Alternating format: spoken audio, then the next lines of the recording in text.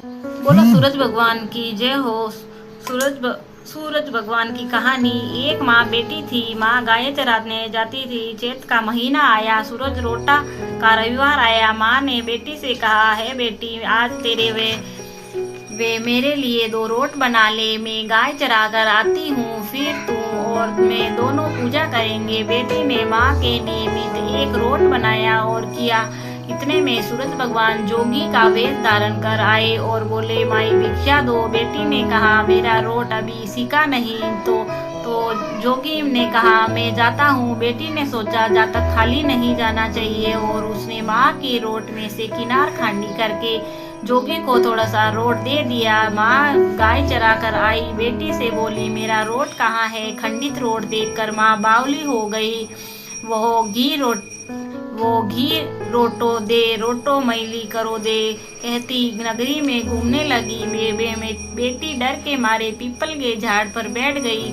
3-4 दिन निकले। बेटी भूखी प्यासी बैठी रही। सूरज भगवान को उस पर दया आई। सूरज भगवान ने उसके लिए पानी का लोटा और चूरमा भेज दिया। एक दिन एक राजा कंवर शिकार करके आया और उसी पीपल की ठंडी छाया में बैठा और बोला, कितना अच्छा होता कि पीने का थोड़ा पानी मिल जाता। ऐसा सुनते ही लड़की ने थोड़ा पानी डाला। फिर राजा के कंवर ने कहा, मुझे बहुत भूख लगी है, कोई खाने को दे दे तो अच्छा होगा। तो लड़की ने ऊपर से चूरमा डाला। कंवर की भूख प्यास मिट गई। वो विचार करने लगा कि ये यहाँ कोई नहीं है। ये सोचकर राजा ने अपने सिपाहियों को पीपल के पेड़ पर खोज करने भेजा। उन्होंने सब जगह देखा, उन्हें कुछ नहीं मिला। तो राजा का कंवर खुद ऊपर चढ़ा तो ढूंढा तो वह लड़की मिली।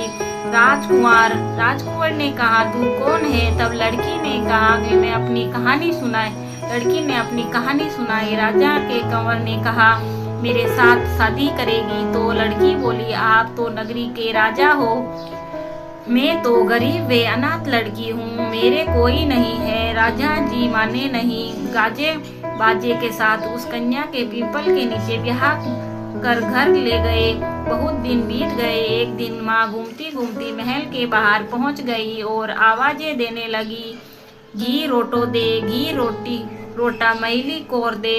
बेटी छत पर बैठी खड़ी देख रही थी। रानी ने सिपाहियों को भेजकर माँ को बुलाया और एक कमरे में ठहराया। कमरा बंद कर दिया। एक दिन राजा जी ने सारी चाबियां मांगी। रानी ने 6 कमरे की चाबियां दी, पर 7वें कमरे की चाबी नहीं दी। राजा ने जिद करके 7वें कमरे की चाबी लाकर 7वां कमरा खोला तो आगे सोने की शिला देखी।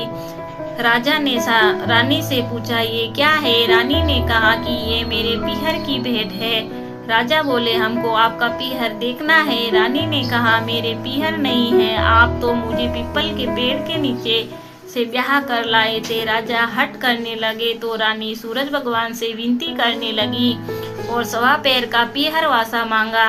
राजा रानी पीपल के पेड़ के नीचे आए। वहाँ सारा कुटुंब था।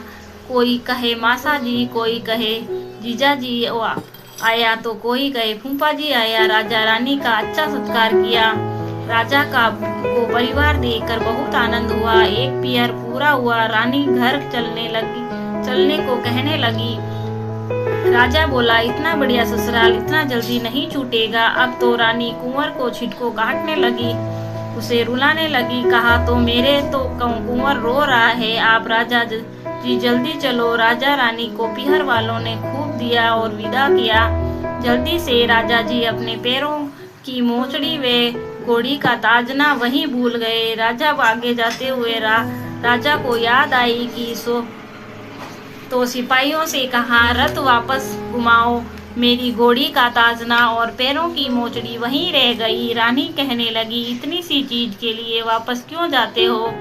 इतना धन उन्होंने दिया है। राजा ने एक नहीं सुनी। पीपल के नीचे गए तो देखा वहाँ राजा जी का सामान पड़ा है, पत्ते उड़ रहे हैं, पर कोई परिवार वैभव नहीं है। राजा बोले, रानी के ये सब क्या है? रानी बोली, मैंने सूरज भगवान से 1.25 पैर का पीरवासा मांगा। मेरा तो एक माँ है, इसका रोटा खंडित होने से वो पागल हो गई। घूमते घूमते महल के नीचे आई तो मैंने उसे बुलाकर कमरे में बंद कर दिया। उसकी सोने की शिला हो गई।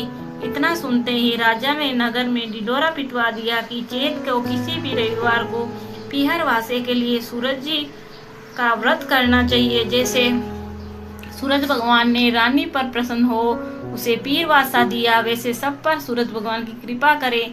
खोटी की खरी, अधूरी की पूरी। बोलो सूरज भगवान की जय हो।